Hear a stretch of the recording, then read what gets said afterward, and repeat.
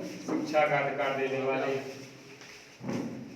विश्वरत्न symbol of knowledge बाबा साहब को मैं नमन करता हूँ कि जिन्होंने आज में एकता में बैठने का अधिकार दिया।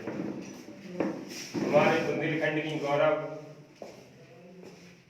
रानी लक्ष्मीबाई के साथ कंधा से कंधा मिलाकर लड़ने वाली वीरांगना झलकारी बाई को मैं नमन करता हूँ। आज सामाजिक एक बैठक हम इसको कह सकते हैं। माननीय हमारे राष्ट्रीय अध्यक्ष जी जो लखनऊ से चलकर इस हमारे बुंदेलखंड में जिला जालौन के बंगरा ग्राम पंचायत में आए हैं और हमें बड़े स्वाभिमान के साथ ये सोचना चाहिए कि कोई व्यक्ति जो इतने बड़े पद पर होते हुए उसके बाद सेवानिवृत्त होकर समाज सेवा में इस कदर जुट गया, यह हमारे लिए बड़े गौरव की बात है। आज चाहे कोई भी कहां भी समाज के ऊपर अगर समस्या खड़ी होती है तो हमारे राष्ट्रीय अध्यक्ष को एक फोन करने पर सारी समस्याओं का निस्तारण हो जाता है। कि हमारे समाज के बीच एक ऐसा नेता, ऐसा समाज सेवक खड़ा है। नेता नहीं है भाई, नेता एक समाज सेवक। आज जो वर्तमान में स्थिति चल रही है, आज लोग मान लेते हैं अध्यक्ष जी, चलो आज मान लेते हैं लोग कि समाज सेवा को नेता चुनने लगते हैं। लेकिन बहुत अच्छी बात है, मैं समाज सेवक के रूप में अभी एक वाक्य हुआ, आप जानते होंगे कि राष्ट्रीय अध्यक्ष ने लखनऊ से इतने दूर चल के आए, शायद राजनीति करना चाहते हो। मैं अभी का वाक्य बता रहा हूँ 5 मिनट पहले का। जब जालौन में हम पहुंचे तो भाजपा की गाड़ी खड़ी थी, झंडा लगाए हुए थे। तो मैंने कहा देखिए यहीं पे आ जाओ पास में। तो अध्यक्ष जी ने हम बुलाया, बोले आशीष भाई हमको समाज सेवा करनी है, हमें कोई राजनीति करने, हम राजनीति के पास भी नहीं जाना चाहते हैं। उन्होंने कहा भाजपा का झंडा लगा, इस गाड़ी के पास नहीं जाएंगे। तो हम लोगों ने गाड़ी वहीं पे ले गए, वहीं पे हम लोगों ने माल्यार्पण किया। ये हमारी खूबियां हमारे अध्यक्ष जी की, इन्हें कोई राजनीति से कोई सरोकार नहीं, इन्हें समाज सेवा से मतलब है।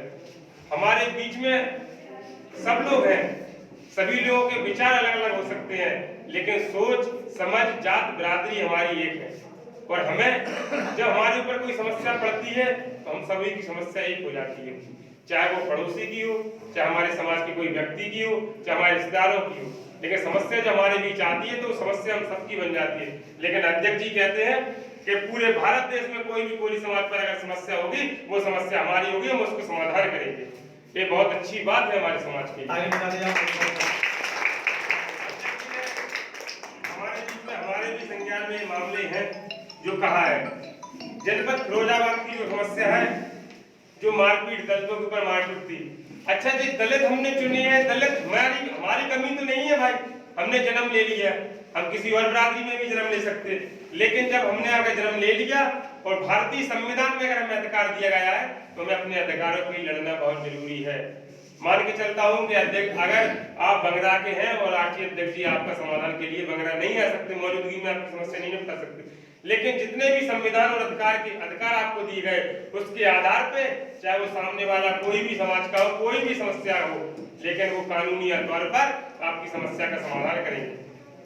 मैं चाहता हूं कि लोगों के बीच जो समस्या रहती है, अक्सर समस्या ये रहती है, शिकायत रहती है कि हमारी समाज से उनसे लड़ाई है, हमारी उनसे लड़ाई है। मैं चाहता हूं कि लड़ाई सभी की एक दूसरे से है, लेकिन घर समाज में कभी लड़ाई नहीं होती। आगे चलकर ये लड़ाई हम लोगों की सामंजस्य बन जाती है या फिर यह बहुत बड़ी लड़ाई बन जाती है, हमारे लिए घातक बन जाती है। हम चाहते हैं कि हमारे बीच में जो कानून, संविधान, शिक्षा, हमारे बच्चों के बीच में जो शिक्षा पढ़ाई जाती है उस शिक्षा का सही रूप से योगदान हो, बच्चे हमारे पढ़ें, हम तभी इस समाज में ऊंचे स्तर पर जा सकते हैं। जब हम अनपढ़ होंगे तो कुछ नहीं कर सकते। हमारे बाबा साहब ने कहा था संगठित रहो, संघर्ष करो, शिक्षित बनो।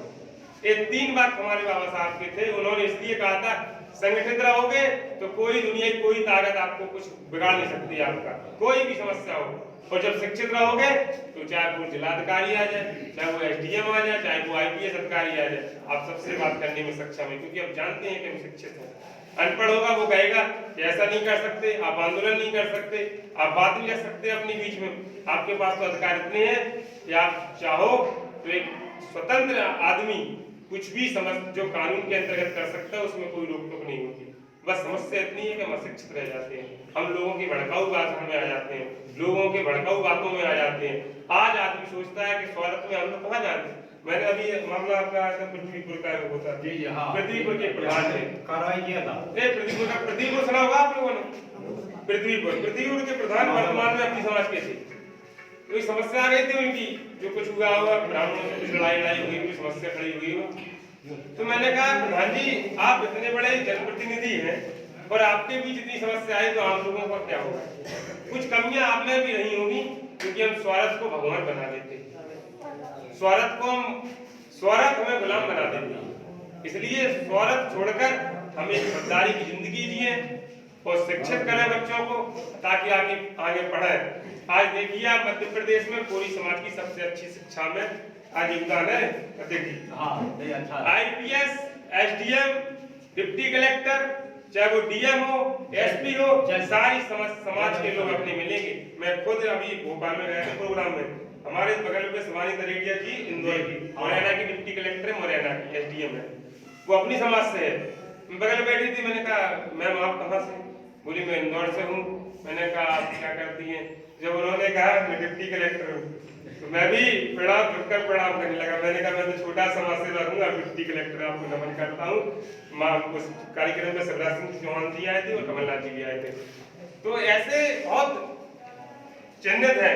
अभी उत्तर प्रदेश में कई हैं, हमारे माननीय पूर्व ब्रिजलाल कोहली जो थे DGP थे, हालांकि अब तो वो राज्यसभा सांसद हैं BJP से, लेकिन वो भी एक हस्ती थे, समाज की थे।